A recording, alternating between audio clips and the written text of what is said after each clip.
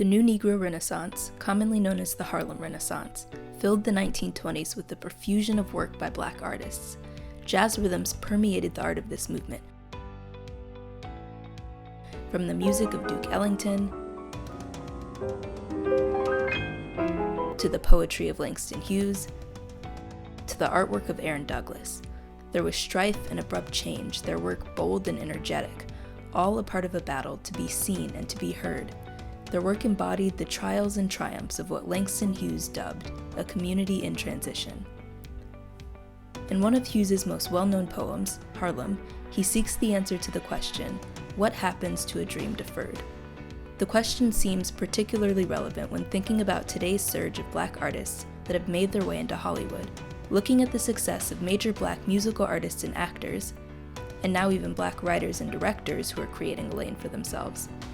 It appears that the entertainment industry is a shining beacon, fully embracing and accepting those who have been denied a voice.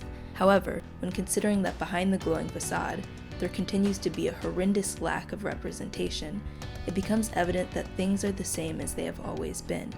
The dream, whether it be complete control of their artistry or adequate financial gain, is consistently cast aside for Black artists. A 2015 Washington Post analysis of Academy membership estimated that about 96% of film executives are white. If this is any indication of the diversity in the rest of the entertainment industry, there is clearly a problem. The people who have the most power, controlling what stories get to be told and who gets to tell them, lack perspective of different experiences.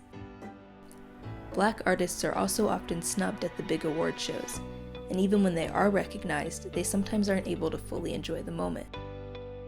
And the Academy Award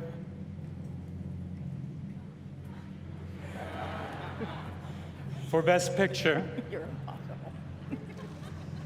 Come on. La La Land. I'm sorry, no. There's a mistake. Moonlight, you guys won Best Picture. Moonlight won. Come on, this is not a joke.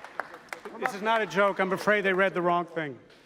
I felt like half of me feels like the rap nomination was a backhanded compliment. Like, oh, my little cousin wants to play the game. Let's give him the unplugged controller so he could shut up and feel good about it.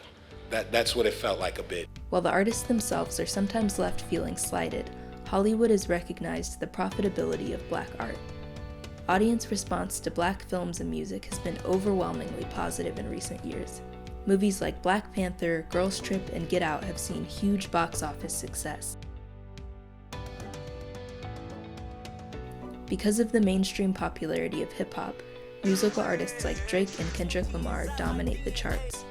Hollywood's habit of objectifying Black artists brings to mind the 1920s Cotton Club, an infamous whites-only jazz club that frequently had performances by Black musicians. Black artists were and are now lauded for their entertainment value, but discarded after they've served their purpose for their audience. The similarities between now and decades ago reveal Hollywood's stagnancy while portraying themselves as progressive. With all of this being said, it feels like Black artists are seen as expendable to the industry, which raises the question, is Hollywood's attempt at diversity just an effort to keep up with the latest trends? Is there anything being done to make sure Black artists always have a voice in the industry, or will this period of celebrating Black artistry inevitably fade away?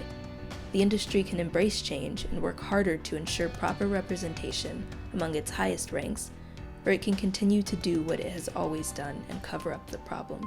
Some artists have decided to forgo Hollywood's exclusivity in favor of creating their own opportunities.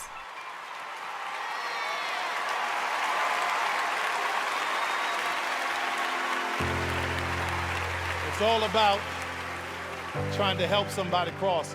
While everybody was fighting for a seat at the table, talking about Oscar so white, I said, y'all go ahead and do that. But while you fighting for a seat at the table, I'll be down in Atlanta building my own. And maybe that's the change that needs to occur. But either way, it seems that something huge is bound to happen. The dream for Black artists has been put on hold for far too long. What happens to a dream deferred?